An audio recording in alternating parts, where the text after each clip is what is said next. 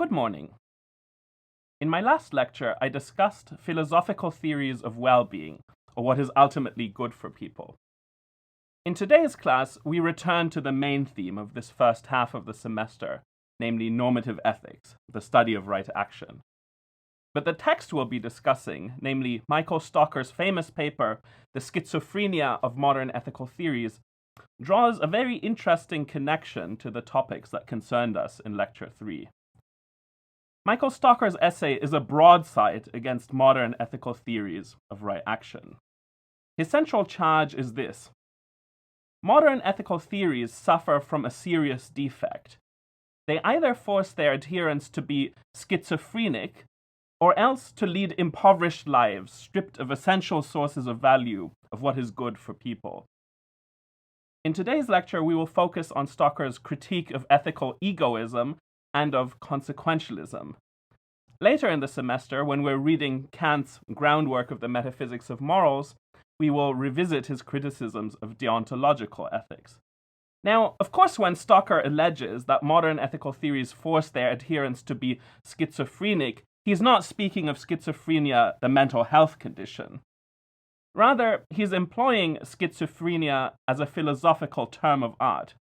Let's practice working with the text again. Please pause the video, get out your copy of Stocker's article, and look for the passage where he defines what it is for a moral agent to be schizophrenic in his sense. I'll wait for you.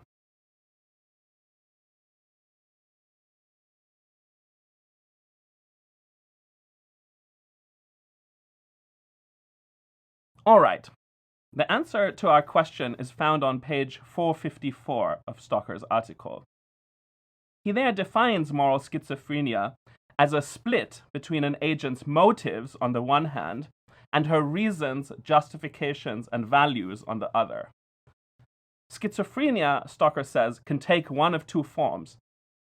One, not being moved by one's values, or two, not valuing that by which one is moved or motivated. Now, before we examine more closely Stocker's allegation that modern ethical theories force their adherents to be schizophrenic to see if it has merit, let's first try and understand why for Stocker this is such a serious charge. Why would it be such a bad thing if modern ethical theories led their adherents to be schizophrenic? What's so bad about being schizophrenic in Stocker's sense? Again, I'd like you to try and think about this question independently before we go on. Pause the video and try and locate the passage in the text where Stocker explains why moral schizophrenia, in his sense, is bad or undesirable.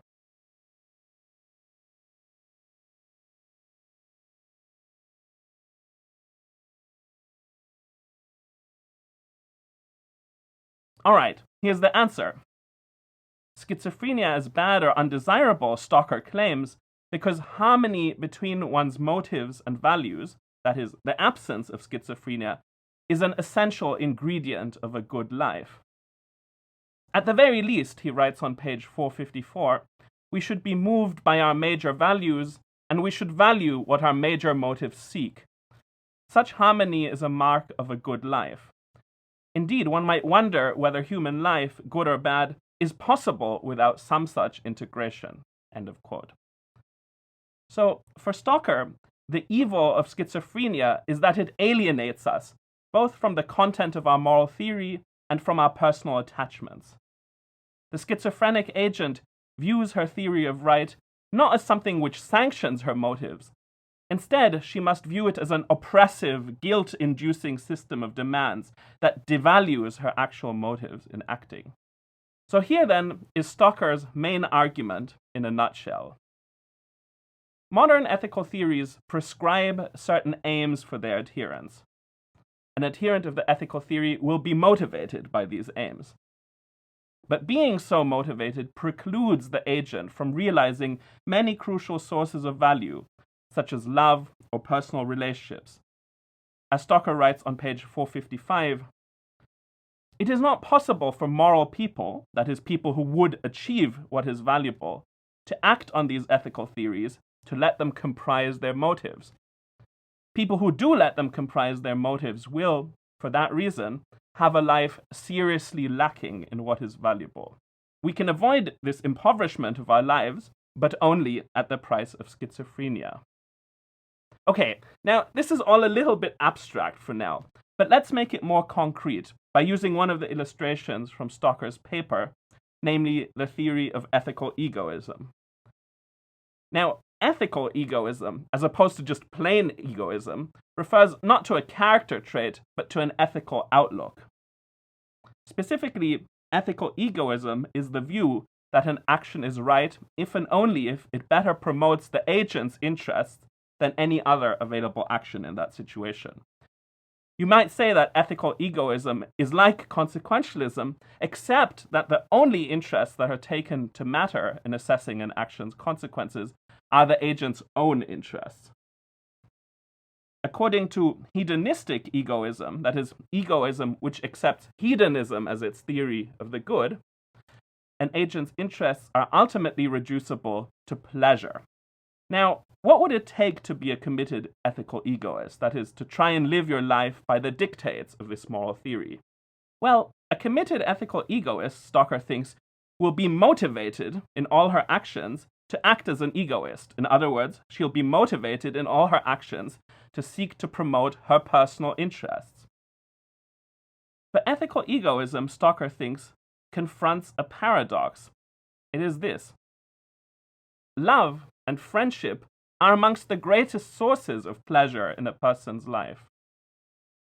An ethical egoist who has the aim of maximizing the amount of pleasure in her life should therefore aim to engage in such relationships. But the problem is that having the motivations of an egoist, Stocker thinks, rules out genuine love or friendship. Now, why would that be? Well, for you to love a person or to treat them as a friend is often to take their welfare as the final or ultimate goal of your action. But if the egoist's consideration of her friend stems ultimately from her desires to lead a pleasurable life, she does not treat her friend's well-being as her final goal. For that reason, she can't be a true friend or lover, because she never acts ultimately for the sake of her friends or significant others, but always for the sake of her own interests. Hence, ethical egoism, as an ethical theory, is in a sense self-defeating. The motives with which the theory gives its adherents preclude them from having genuine love or friendship. They thereby cut the egoist off from some of the most important sources of pleasure in life.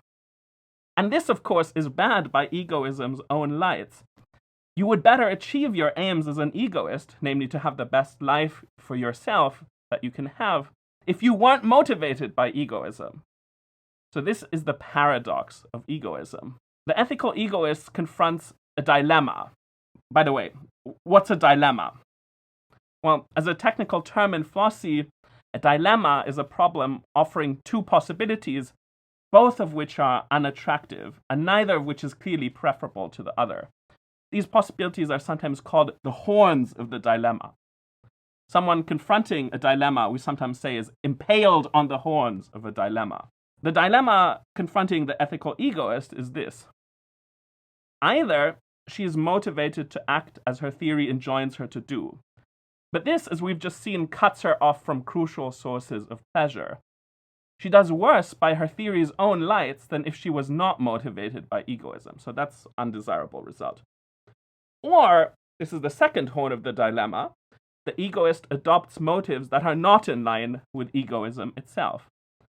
For example, she does sometimes take the well-being of her friends or lovers, as opposed to her own well-being, as her ultimate goal in action. But that introduces schizophrenia. The egoist's motives do not match her own theory of right action. She has motives which, by the lights of her own theory, she ought not to have. Now, if egoism were the only ethical outlook targeted by Stocker's critique, that would not be terribly troubling.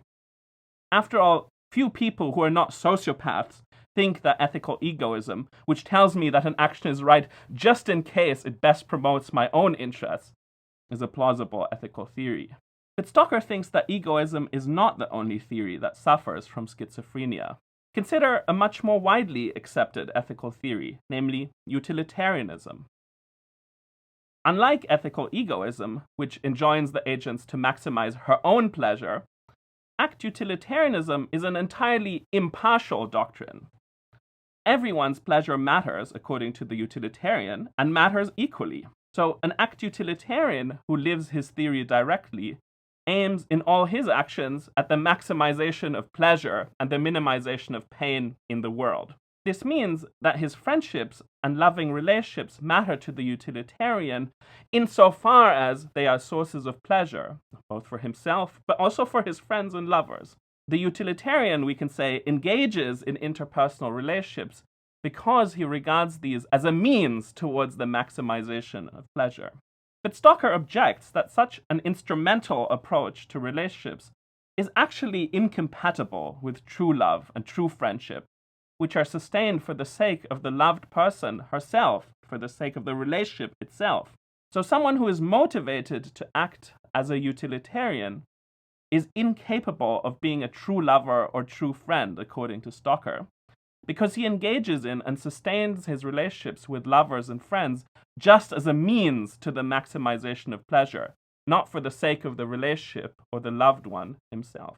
Now, you might be thinking that while Stocker's critique hits the mark against utilitarianism, that is because of utilitarianism's particular theory of value. As you will remember from last lecture, classical utilitarianism reduces all value to happiness, and happiness to pleasure. But couldn't we broaden our theory of value, you might ask? And there are, in fact, consequentialist views, such as G.E. Moore's in his famous book Principia Ethica, according to which love and friendship themselves are part of what is ultimately good. So, for Moore, love and friendship matter in their own right, and not just as causal means of bringing pleasure into the world. Would such a non-utilitarian consequentialist escape the force of Stocker's argument? Stocker, for one, thinks no, it would not. Because Stocker has a second and deeper objection up his sleeve, which he thinks would apply even to such non-utilitarian forms of consequentialism. We can call this his fungibility objection to consequentialism. Now, what does fungibility mean? Well, for two things to be fungible is for them to be interchangeable or substitutable without loss. Take a $20 bill. If I take a $20 bill out of your pocket and replace it with a different $20 bill, you've suffered no loss. One $20 bill is as good as any other, and we have no reason to care which particular $20 bill is in our pocket. All we care about in a $20 bill are its instrumental properties, what we can do with it, and what we can buy with it. And in that regard, of course, one $20 bill is much like any other. Now, there could, of course, be exceptions. Perhaps the particular $20 bill in your pocket has special sentimental value for you because it was given to you by your beloved great-grandfather on his deathbed or something like that.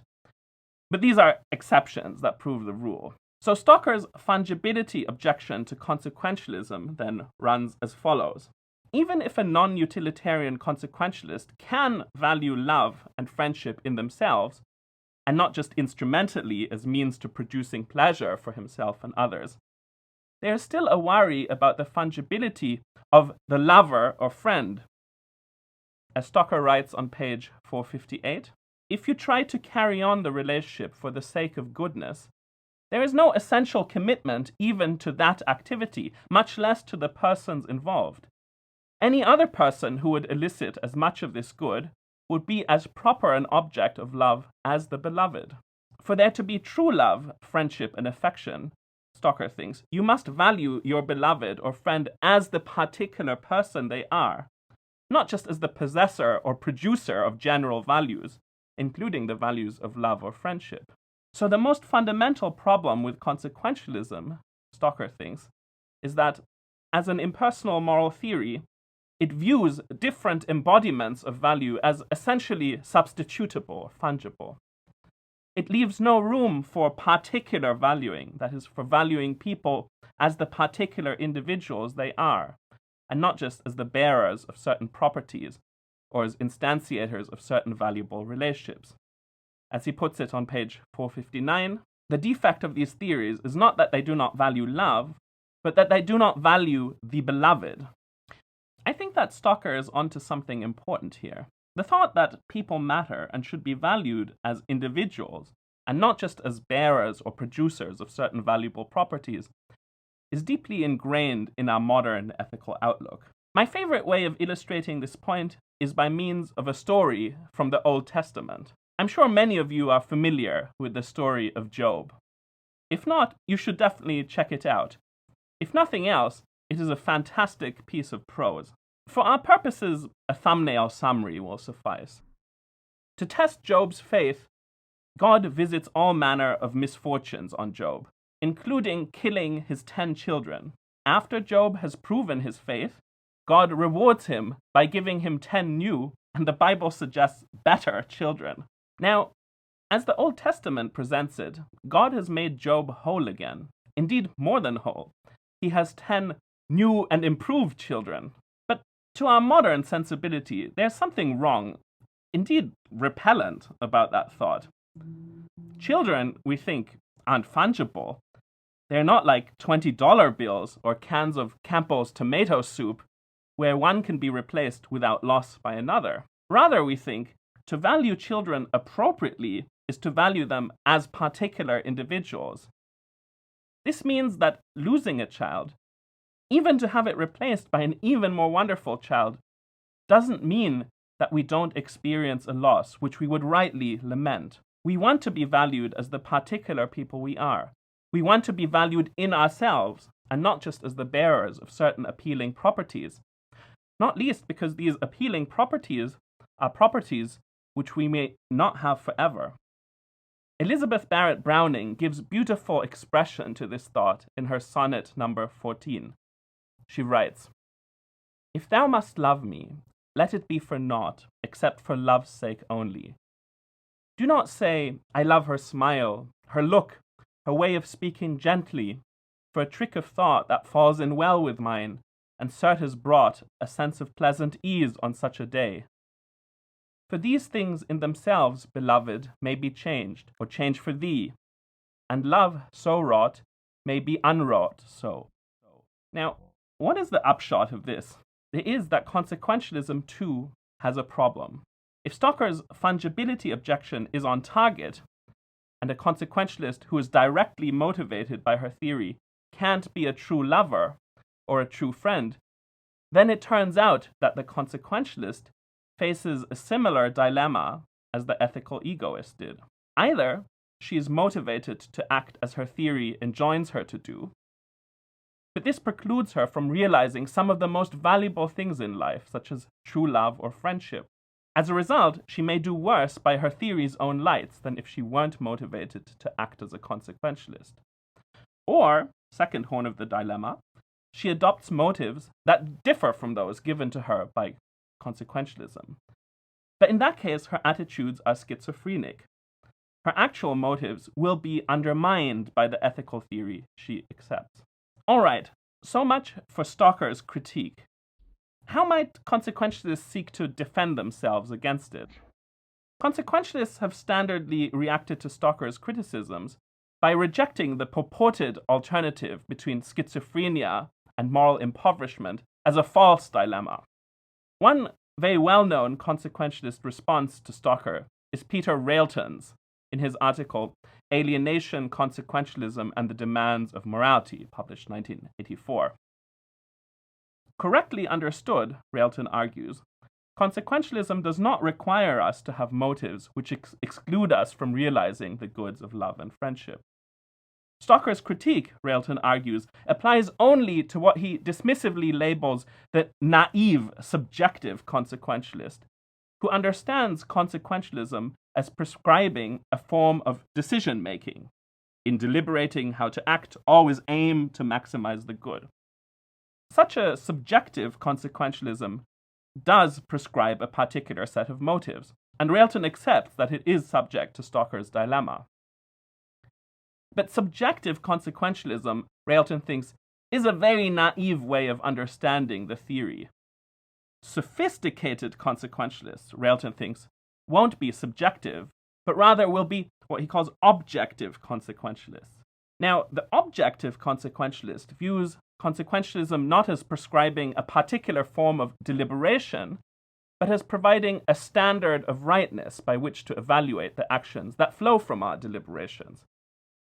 An action is objectively consequentialist if it best promotes the good. But such a right action need not be performed with the motive of doing what is right, according to consequentialism.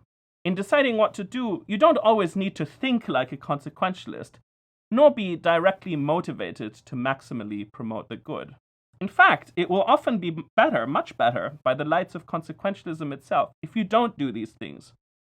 So what consequentialism, rightly understood, gives us, according to Railton, is not an ethical decision procedure, but a standard of rightness, that is, a standard by which to judge whether our behavior is morally correct. Henry Sidgwick, the 19th century utilitarian, already made this point with great clarity. He writes in his book, The Methods of Ethics, published 1874, quote, "The doctrine that universal happiness is the ultimate standard must not be understood to imply that universal benevolence is the only right or always best motive of action.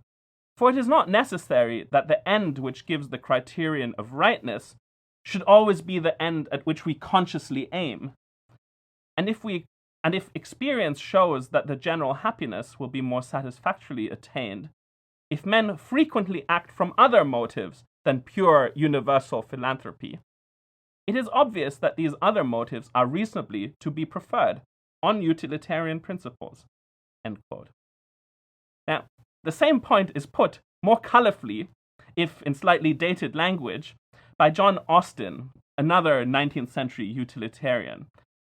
He writes, "It was never contended or conceited by a sound orthodox utilitarian that the lover should kiss his mistress with an eye to the common weal," the common weal being an archaic expression for the common good.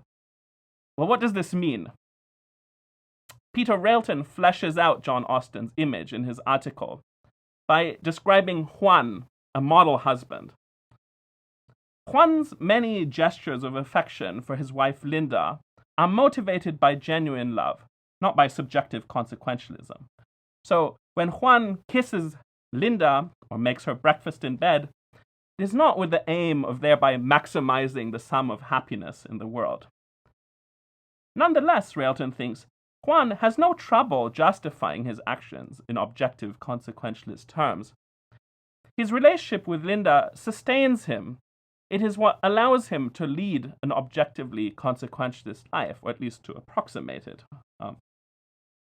If our lives didn't contain genuine, loving relationships, we would be threatened by burnout and cynicism, and as a result, we would end up having lives that are much less good by the standards of objective consequentialism itself. But now you might wonder, in what sense is Juan still committed to consequentialism if in large swaths of his daily life he isn't motivated to act as a consequentialist? Well, Railton has an answer for you. For Juan to be committed to objective consequentialism, he explains, his motivational structure must meet the following counterfactual condition, as Railton calls it. While Juan need not always act for the sake of promoting the most good, he would nevertheless not act as he does if this were not compatible with his leading an objectively consequentialist life. But to lead a life that satisfies this counterfactual condition, Railton claims, is not to be alienated from his actual motivations. So Juan can be both an objective consequentialist and a good husband and lover to Linda. So, has Railton put Stocker's objection to rest? Some philosophers worry that there may still be a problem lurking, even for an objective consequentialist like Railton. Consider, although some personal relationship may be required in order to sustain one in leading an objectively consequentialist life, it could be that a relationship with a different person than his actual wife would enable Juan to lead a life that is better in objective consequentialist terms. Would Railton's counterfactual condition then require Juan to give up his relationship with his wife? To make this more vivid, imagine that in Juan's neighborhood there lives a woman, let's call her Marta, who in the past has frequently and visibly displayed a romantic interest in Juan. Let's assume that Juan can predict, with a reasonable degree of confidence, that being in a relationship with Marta would allow him to lead a life that better promotes impartial value than the life he has as a result of his relationship with Linda. Now, importantly, this is not because Juan secretly harbors amorous feelings towards Marta. It is really Linda he loves. Rather, his relationship with Linda is sometimes stormy, and some of their more heated arguments can quell his altruistic sentiments for days. On the other hand, a relationship with the dependable and uncomplicated Marta, though somewhat lacking in passion, promises the calm and steady emotional support that would allow Juan to lead a life that more closely approximates the objective consequentialist ideal. Should Juan leave his wife to begin a relationship with Marta? Now, in evaluating this possibility, we need not make the psychologically unrealistic assumption that Juan's separation from Linda would be easy. We can allow that it would require several months or even years in therapy before Juan has sufficiently overcome his attachment to Linda to fully reap the benefits, in impersonal consequentialist terms, of his new life with Marta. But Juan is still young, and over the course of his life, his change of partner can be expected, let's imagine, to pay off in terms of agent-neutral value. Given these assumptions, none of which are too psychologically fanciful, I think, it seems that as a sophisticated consequentialist committed to Railton's counterfactual condition, Juan should be psychologically disposed to leave Linda and begin a relationship with Marta.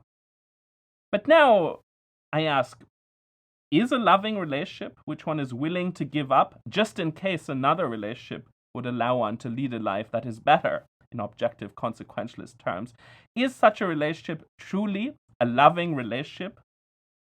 If not, it seems we're back to our dilemma for the consequentialist. I leave you with one last eloquent quote from Michael Stocker, this one from his book Plural and Incommensurable Values. Friendship is in opposition to maximization. One can, of course, recognize that certain friends and friendships are better than others, and that one could have more or better friends and friendships than one does. In certain cases, once such possibilities are seen, they should lead to action. However, if in general one will give up a friend and friendship because the other would be better, or if in general one is even prepared to do this, then whatever the first relationship is, it is not a good or true friendship. True and good friends and friendships involve a sort of strength of commitment that is importantly proof against the claims of betterment.